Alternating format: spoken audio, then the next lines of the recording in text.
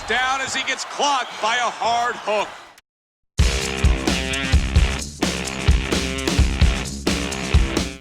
It was around 2006 where my interest in boxing peaked. The Contender had made its way to ITV2 on UK television, and local boxer Carl Froch was working his way up the super middleweight ranks. We'd had popular boxing games before, like the Punch-Out series and early Fight Night games, but with the release of the Xbox 360 in the previous year, the technology really benefited the boxing sport genre. So in this video I want to take a look at pretty much all the boxing games that were released on the Xbox 360. The Fight Night series started out on the PS2 and Xbox in 2002. It was the successor to Knockout Kings, EA's previous boxing series. The Fight Night series became well known through its roster of licensed fighters and its new take on boxing gameplay. Dubbed Total Punch Control, this system allowed you to perform most of your boxing moves with both analog sticks. The left analog was used for moving and leaning, while the right will control most of your punches and blocking. This system was fun and intuitive and makes a nice change from typical button mashing fighting games. This was the first Fight Night game to be released on a 7th generation console, and you can tell the graphics took a big step forward in the series. EA took away the in-game HUD on the 360 version because the graphics were so improved that you can tell how you're doing in the fight through your boxer's appearance and behaviour. The difference between this version and the PS2 version really showed the step up in power between these two console generations. Watching your opponent's face morph and deform in slow motion after a huge right hook never gets old.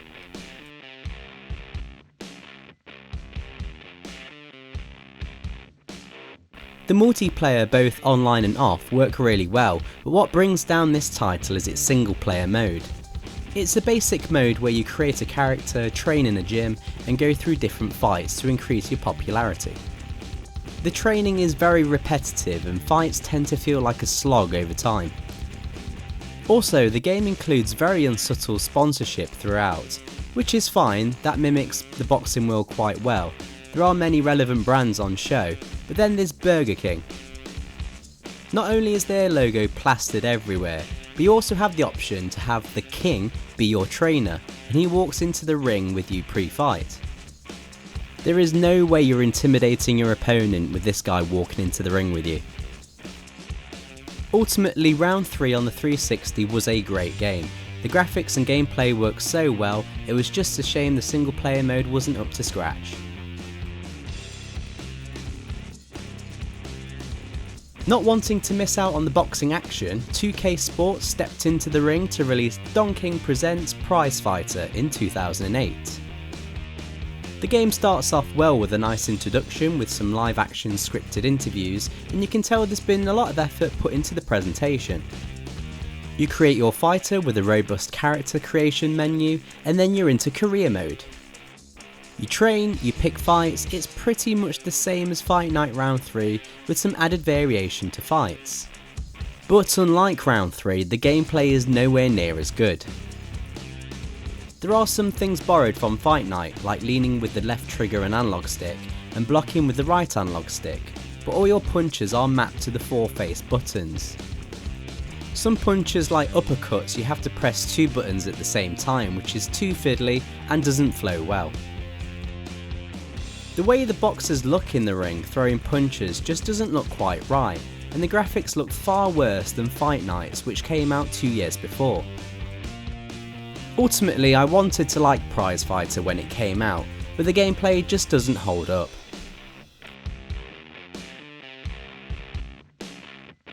That same year, EA's new division, Freestyle, released FaceBreaker. Freestyle was a continuation of the work they did releasing games under the EA Sports Big label, which were sports games for the more casual audience. EA only released 3 games under this new label before giving up with it, so you can kinda guess how good FaceBreaker is gonna be. FaceBreaker is essentially a simple fighting game that feels more like an arcade fighting game rather than a boxing game. There is no story mode, you just pick a fighter and an opponent and off you go. You can create your own fighters too. You can even upload pictures of your face if you ever wanted to see a virtual likeness of yourself get beaten up. One thing I like is how your face can transform after a knockout or two. Gameplay is pretty simple. You have high and low punches. There's super punches, you can parry, block and dodge. It's relatively simple, at least it is on paper.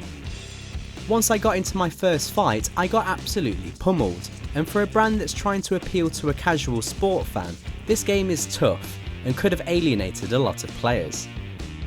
Each character in the game has a very different feel to fight against, and sometimes you feel like they have an unfair advantage.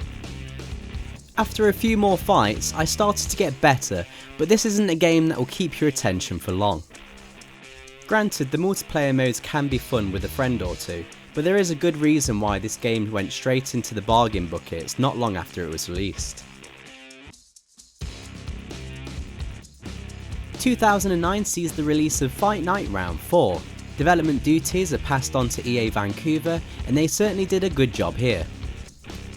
Starting off, you can see the career mode has had a lick of paint and looks more in line with EA's FIFA series. Dubbed Legacy Mode, you can either pick from a young boxer and rise him through the ranks, or pick an existing boxer.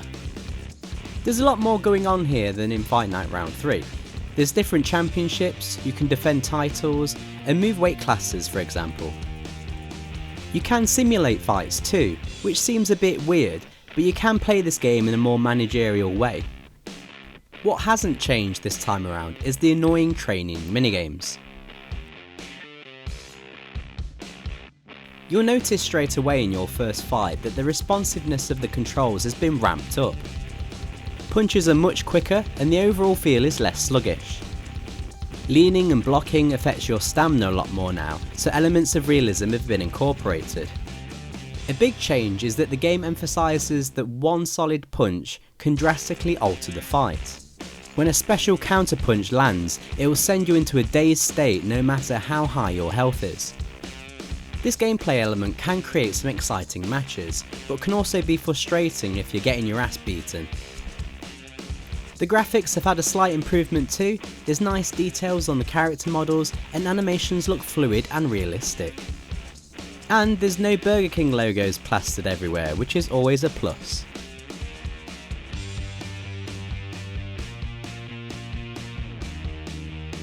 Finally, here's the last game in the Fight Night series, and arguably the last major boxing game ever released.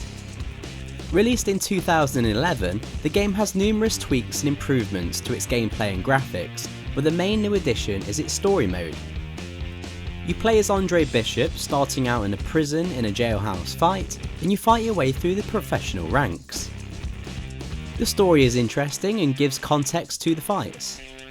You'll also have additional goals within these fights that give the game a bit more variety.